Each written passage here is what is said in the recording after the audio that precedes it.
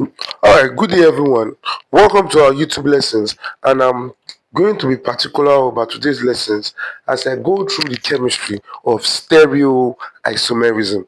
Now, this video will be relevant to those of us writing UTME or JAM, WAEC examination, and the IGSE examination, and those that are related O-level examinations. Now, stereoisomerism is the isomerism of substances in space. Now, what is isomerism? Isomerism is the existence of compounds with the same molecular formula but different structural formula or different arrangement of the atom in space. Now, take I'll quickly show you an example of isomerism. Now, for instance, I have C4H10. Now, C4H10. What can be the possible formula for C4H10? I have C, please watch me. So H, H, H, C, C, C. So H, H, H, H, H, H, H. Now, if you see very well, this is C4H10. This is normal butane. Normal butane. So C4H10 is N-butane. N-butane. So this N-butane can also have another isomer. So now just watch. This is the structural formula of C4H10. So let me just adjust my C4H10. Okay. So this is my C4H10. C4H10 structural formula, normal butane. Now, um how about looking at another structure for C4H10.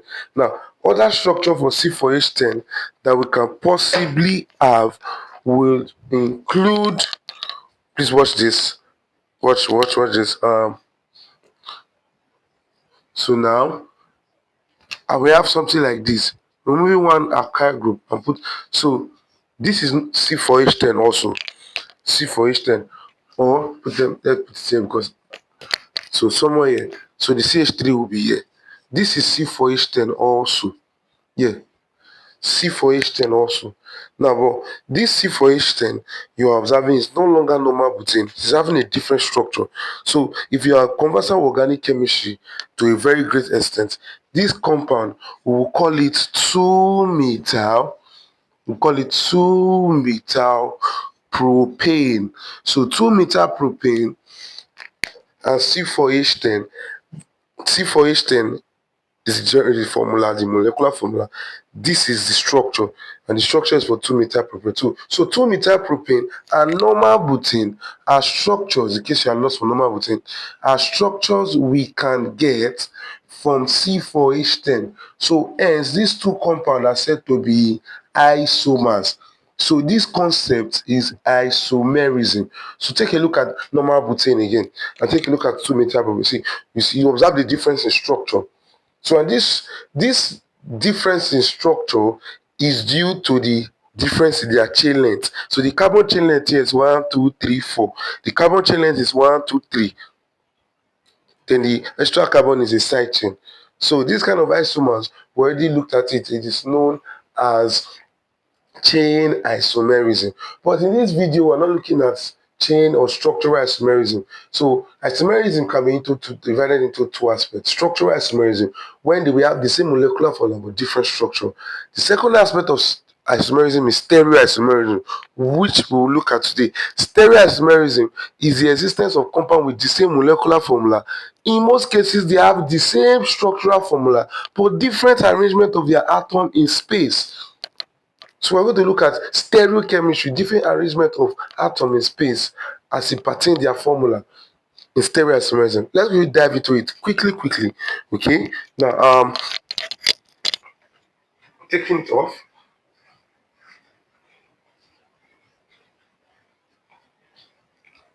Okay. Now, for stereoisomerism, I'm going to look at two um the two types of stereoisomerism. Now, first, we have two types of stereoisomerism. Now, the first one is geometric isomerism. And the second one is optical isomerism. The first one is geometric isomerism, and the second one is optical. Okay, now what's the main difference or the key differences between geometric isomerism and optical isomerism? Now, let me quickly dive into geometric isomerism. Now, geometric isomers are isomers that arise due to hindrance in free rotation. Please, that should be noted. Geometric isomers are isomers that arise due to hindrance in free rotation. They arise due to hindrance in free rotation. Now, outside hindrance due to free rotation, now hindrance due to free rotation, hindrance due to free rotation about a double bond, about a double bond or cyclochain, about a double bond or cyclochain. So isomers that arise due to hindrance in free rotation, they arise due to hindrance in free, pardon, no hindrance to free, hindrance in due to hindrance in free rotation about the double bond or cyclochain. So such isomers that arise are referred to as geometric isomers. They're referred to as geometric isomers. So I'll show you how it can be like. Now, how it can be like can be something like this. Now let's see something like let's say a compound like this. Now see C double bond C H H Cl Cl. Now C double bond H Cl H Cl. Now, observing these two structure shows that these two compounds are actually the same structure, but they have different compounds. Now, what is their formula? First of all, let me get their molecular formula. Molecular formula should be C2H2Cl2. Yes, C2Cl H2Cl2. Now, if you observe very well, the structure they have is the same. So we'll say they have the same structural formula. Same structural formula. But there's a different arrangement of their atom in space. The chlorine are on one side, here the chlorine here are on opposite sides. So as the hydrogen. So this type of isomerism is known as geometric isomerism. Now, when the isomer exists like this, we tend to bring out what we call cis or trans isomer. We tend to bring out what we call cis or trans isomer. Cis or trans isomerism. So this type of isomerism is referred to as cis or trans. Now, when the double bond, when the chlorine atom are on the same side of the same plane of the double bond, it is referred to as cis. When they are opposite plane of the double bond, it is referred to as trans. And it should be noted that geometric isomerism is arises because of a restriction of the plane. The plane cannot be interswitched. So this compound is cis dichloroethene. This compound is trans dichloroethene. Okay, now cis or trans isomer are examples of geometric isomer. That's the first example I gave today. So the second one I gave today, remember this video is O level. So I'm going to do an A level of this video. I'm going to do an A level of this video that I'm posting the next day. So I'm posting this video. This video will be dropped by 12 p.m. West African time. So I'm going to post this video on Friday. So I'm going to post the advanced form of this video on Saturday. So I'm going to show you what we call E and Z. How you can pick your priorities. So using pre-log convention, Canning-Good pre-log convention. So now cis or trans isomers. So now another place where this cis or trans isomer can occur is the presence of a ring. In the presence of a ring, let's say we have cyclopropane. If you are conversant with organic chemistry, this is cyclopropane. 1, 2, 3 carbon, cyclopropane. Now I'm going to put chlorine here. I'm going to put chlorine here. Yes. Now, for this cyclopropane, I'll put chlorine here, I'll put chlorine here. So these two chlorine downwards here, now remember there will be hydrogen here, there will be hydrogen here. Remember there will be hydrogen here, there will be hydrogen here. Now, if you observe very, very well, this hydrogen and chlorine, they cannot switch position because the rotation of them is hindered due to this ring. So, such isomerism is referred to as geometric isomerism. So, which isomer is this? This isomer is referred to as a cis isomer because the chlorine or hydrogens are on the same plane. It is referred to as a cis isomer. This one is referred to as a trans isomer. A trans isomer. So this is cis, this is trans. So cis isomer, this is trans isomer. So this is cis dichlorocyclopropane. Trans dichlorocyclopropane. Now, I might want to get questions like this, and somebody will have to say, hello, sir. Hello, ma. What would happen? What would happen if there were no chlorine atom? Now, if there is no chlorine atom and we have all H, like just a normal cyclopropane, like this, yeah, geometric isomerism will not arise. Geometric isomerism will not arise. Also, like this, cyclopropane geometric isomerism will not arise. Also, the isomerism can be something like this, Cl, and here is Cl. So you observe that the chlorine are on opposite plane. They are on opposite plane. So it is also a trans.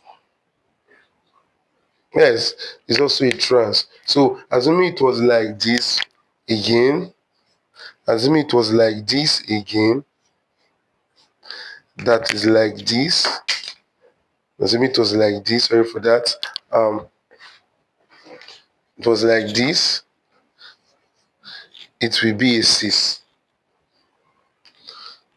So that's for cis and trans again. Cis and trans isomers, as they can ask in the UTME examination,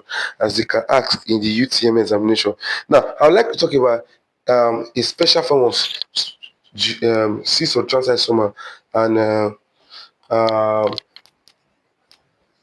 that is A level, that is not of this video, it is A level. I'm going to do that in my A level series. So I'll just throw light on it. Assuming we have geometric isomers, then you observe something special. You observe something special. In what sense?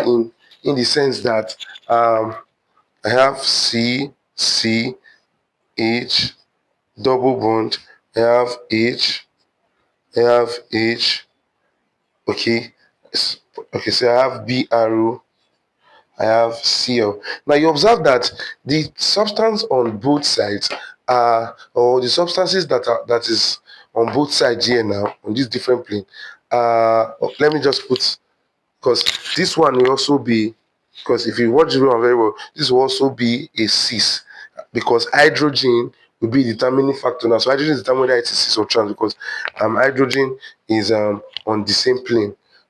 I get it. So let's say we have instead of hydrogen there we have OH. We have OH.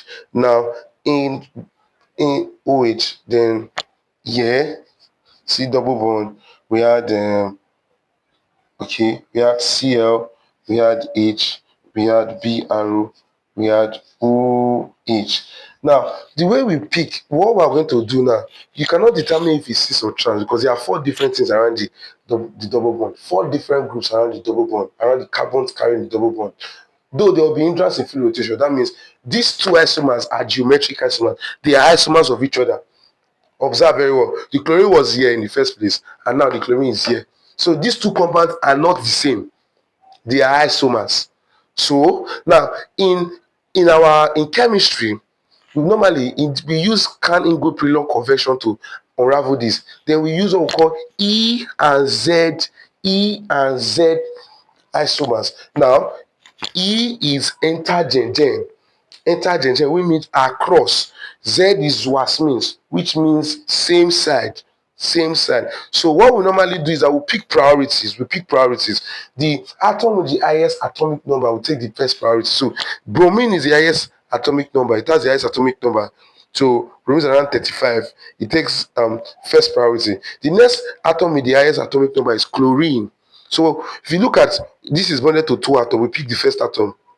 So C is bonded to O and H. We'll pick O first. So O has an atomic number of about 8. So it's obviously chlorine is obviously higher in atomic number than O. So this is our priority. Also, this is our priority. Now, when our priority is across the double bond, across, we give it the convention E.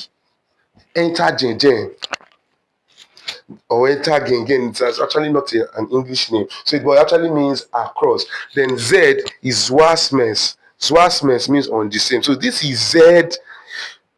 This is Z bromo or chloroethanol. Z bromochloroethanol. This is E bromochloroethanol. Why am I saying ethanol? Because O should be the functional group. So it's 18. So I said bromo hyphen chloroethanol. Yes, ethanol, not just ethanol, it's ethanol. So this is E bromochloroethanol. So that's for geometric isomers. Those are the possible examples that JAMB can unravel for you for geometric isomers. I'll quickly talk about optical isomers. I'll quickly look at optical isomers very, very, very fast. Optical isomers. All right. Optical isomers optical isomerism is a branch of stereoisomerism that have to do with a molecule being optically active or being mirror active. That's how I use the word mirror active. Now, optical isomers are first stereoisomers with at least a chiral center.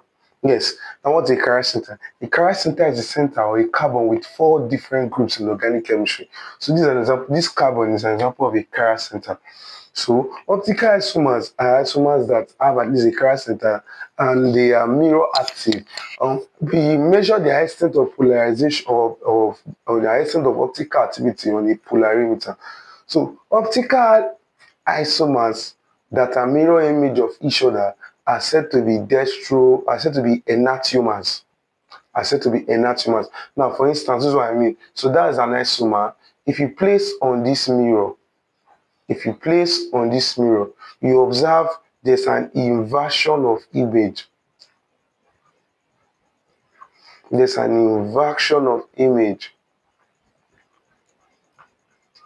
you observe very well, there's an inversion of image. So these two compounds are said to be a mirror image of each other. Now, this compound is called lactic acid. You can call this D-lactic acid. Right-handed lactic acid. You can call this one L-lactic acid. So this is them on a mirror. This is them just showing their optical activity on the mirror. You see this compound in space chemistry, probably we write this thing in a more proper way to be something like COOH to show the inversion properly. Yes, so these two compounds are mirror image of each other. Now, but there's an instrument is to measure the extent at which they can rotate plane polarized light. That instrument is called a polarimeter.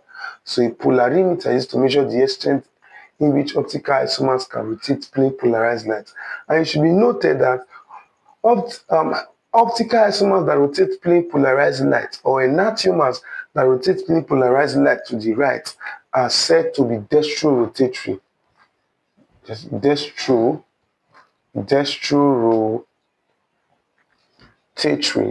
said to be dextrorotatory to the right. While optical isomers that rotate plane polarized light to the left are said to be levorotatory.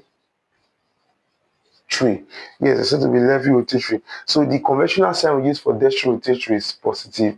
The conventional sign for levi rotatory is negative. So but this one, D and F form, is just showing handedness. This is right-handed. So because it is two-dimensional, I just draw it in two-dimensional form. So we say the OHS to the right hand, turn to the left hand. But on the machine needs to measure the extent at which they are optically active, or the extent at which they can rotate plane polarized light, because enantiomers can rotate plane polarized light. The ones that can rotate plane polarized light to the right are dextro rotatory. The ones that can rotate plane polarized light to the left are levio rotatory. That's why glucose is called dextrose, because the natural form of glucose will always rotate plane polarized light to the right. I think that's the rotation of plus. Plus, you see plus. That's for glucose now. Plus 112.2 degrees. Why? That's for glucose. The natural form is dextrose, because the natural form always rotates plane polarized light to the right on a polarimeter. Now, why levi rotatory, fructose, pardon me, the natural form of fructose is called levulose. It's called levulose because the natural form of fructose rotates plane polarized light to the left. So those are enantiomers. Those are enantiomers. Now, this is an example of enantiomer for O-level reasons. This, you should know them. Now, I'll say this: a mixture of enantiomers, a mixture of enantiomers. That means a mixture of the D form and L form of a compound, or the mixture of the dextro rotatory form and the mixture and the levi rotatory form of a particular compound is known as a racemic mixture. We call it a racemic mixture, or you call it a racemate. It's called a racemic mixture, or I call it a racemate. So a racemate is a mixture of enantiomers in equimolar proportion. That means I would say 50% DL, dextro rotatory, 50% levi rotatory, is called a racemate. And this racemate is optically inactive, because the optical activity has cancelled that. We have the D form cancelling out the L form, or the dextro rotatory form cancelling out the levi rotatory form. So that's the racemate. And racemate can be separated by a process we call resolution. So racemic mixtures and racemate can be separated by a process we call resolution. What is resolution? Resolution is mainly fractional distillation followed by chromatography, or chromatography later followed by fractional distillation. So that's for resolution of racemic mixtures. Now, can we talk about some optical isomers? Now, these optical isomers have chiral centers, but they are not mirror image of each other. May have chiral centers. These optical isomers have chiral centers, but are not mirror image of each other. Now, when you have chiral center, you are not a mirror image of each other. Such optical isomers is called a diastereomers. So that such optical isomer is called the diastereomer. So they have chiral centers, but they are not mirror image of each other. So let me show you something now. We have something like the COOH. Please watch. COOH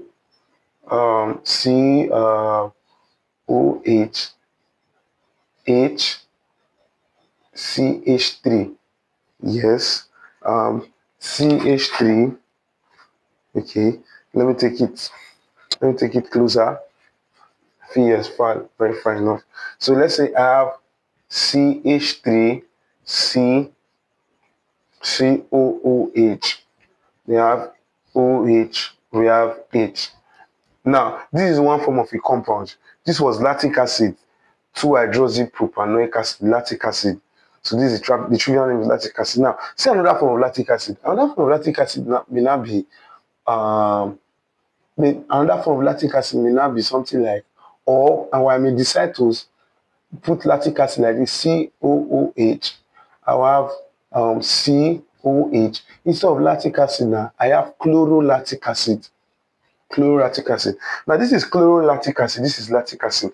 Now chlorolactic acid and lactic acid, are they both optically active? Yes, but they are no mirror image of each other. Because they are not mirror, that means if I put this one in mirror, I will not get this. If I put this one in mirror, I will not get this. If I put this one in plane polarized light, I will not get this. If I put this one in plane polarized, if I invert them, I'm not going to get to it. So two of them may be optically active, but they are said to be diastereomers to each other because they are not mirror image of themselves.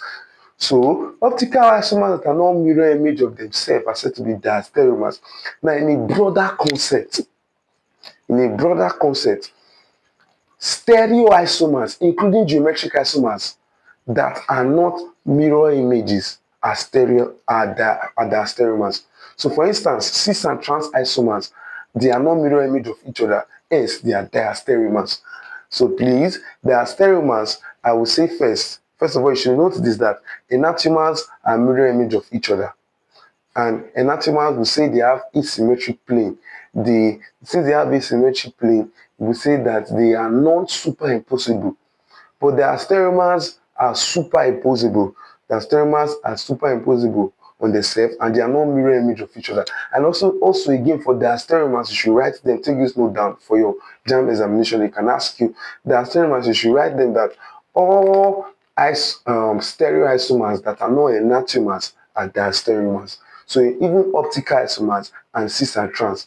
So these two are diastereomers, cis and trans isomer. So example of cis and trans isomer can be something like this. Cis and trans isomer can be something like this. I have okay, so Cl, Cl, H, H, and I have Cl double bond, Cl, I have H and H. So this one is cis, you watch the video earlier, and this is trans. So these two, they are not mirror image of each other. And that means they are not, since they are not mirror image of each other, though they are isomers, they are referred to as, though they are not just isomers, they are stereoisomers. That means the isomerism is due to space. Since they are not mirror image of each other and they are stereoisomers, they are said to be, what's it called now? Diastereomers. So that's the brief introduction of this stereoisomerism. That's the brief introduction of this stereoisomerism. I'll take one or two JAMB questions. For those of you writing UTME. I'll take one or two UTME questions quickly, and just one or two. And as I'm taking the questions, you should note some things, such like I would say geometric isomers have they are cis and trans isomers. They have the same chemical properties but different physical properties. While even the stereomers have the same chemical properties but different physical properties such as reaction rate, solubility, boiling point. Though some diastereomers can have the same boiling point, kind of like lactic acid that are there. So you see, two lactic acid can be diastereomers of each other. They have the same boiling point, but different reaction rates. Even enantiomers, they have the same boiling point. So enantiomers can have the same physical properties, the same chemical properties, but some physical properties will always differ. So in essence, for all stereoisomers, they have similar chemical properties, but physical properties must differ. Though some physical properties could be the same for optical isomers and for their stereomers, but other physical properties will be different. Like if boiling point is same, solubility is same, reaction rate will be different, and so on and so forth. So as in a pattern jam level, that's how it might come out. So look at these two compounds. The UTME asked some years ago that this, they asked me, let me put here, they asked that this C double bond C B arrow, if you have watched this video, this is binose, and this double bond, this H B arrow. Now the UTME asked some couple of years ago and asked me, they said, what is the relationship between these two compounds? It is very clear. I don't even need to call the option. The relationship between these two compounds is that they are cis and trans isomer. Option A, allotropes, B, dimers, polymers, D, geometric isomers. Are they geometric isomers? Yes, this is the trans form and this is the cis form. The trans form and the cis form. And these two, as I said, these geometric isomers, they have similar chemical properties but different physical properties. Though some physical properties might be the same, but some of their physical properties or most of their physical properties will be different. But chemical properties is similar, so they undergo the same reaction. Okay. They also ask They also asked, they said, uh, they also asked a question like this and asked me, um, this is the last one I'll take. The last question I'll take. They asked a question like this and asked me, and I said, how many Chiral centers? Please listen very well. I said, how many Chiral centers? How many Chiral centers? CH3. How many Chiral centers are in this compound? CH3, CH2, C double bond, CH2, then down CH3. How many chiral centers are in this compound? Now, the first thing I will say is that a carbon carrying double bond or triple bond can never have a chiral center. So this one does not have a chiral center. This one does not have a chiral center. They are out of it. So a chiral center is a center or a carbon with 4 different groups, right? So let's check this one. Now, this carbon already have 3 similar hydrogen, so it's not a chiral center. Let's check this. Let's check this. Now, this carbon, if I should open it up, has 2H, 2 similar H. And for it to be chiral, it must have 4 different groups. So this carbon is also not chiral. This carbon and this one are similar. So this one is also not chiral. So how many chiral centers are here? There are 0 chiral centers there. That means there's no particular carbon in this compound. There's no particular carbon in this compound with 4 different groups. Let me show you an example of a compound that can have chiral center. So it can come like this. It can come like this. You see something like CH3. You see something like you see Cl. You might see H. Then you now see CH2, CH3. So which of this compound is which of this carbon is chiral? This one have 3 similar hydrogen, can never be chiral. This one have 3 similar hydrogen. This carbon has 3 similar hydrogen, can never be chiral. That means that carbon is like this. That's 3 similar H, can never be chiral. Now this carbon has 2 similar H, and carbon can take 4 things. Inside 4, 2 is similar. You are not chiral. Inside 4, 3 is similar. You are not chiral. So this carbon is the only chiral center there. Why is it chiral? If I should break down this carbon for you, that carbon has CH3 to the left. Okay, this carbon has CH2, CH2, CH3 is different from CH3, different group. It has chlorine down, different. It has H up, different. So there's this carbon now 4 different group around it. Yes, this carbon is said to be chiral. So that's how it works. That is how it works. That's how it works. It's very, very simple and easy. So at this point in time, we'll call it a day for now. I remain the analogous. Make sure you like the video, subscribe to the channel if it's useful, so that you tell other people that there's something they can use to learn chemistry, biology, biochemistry, and medical field. Okay, so I will see you when I see you next. God bless you.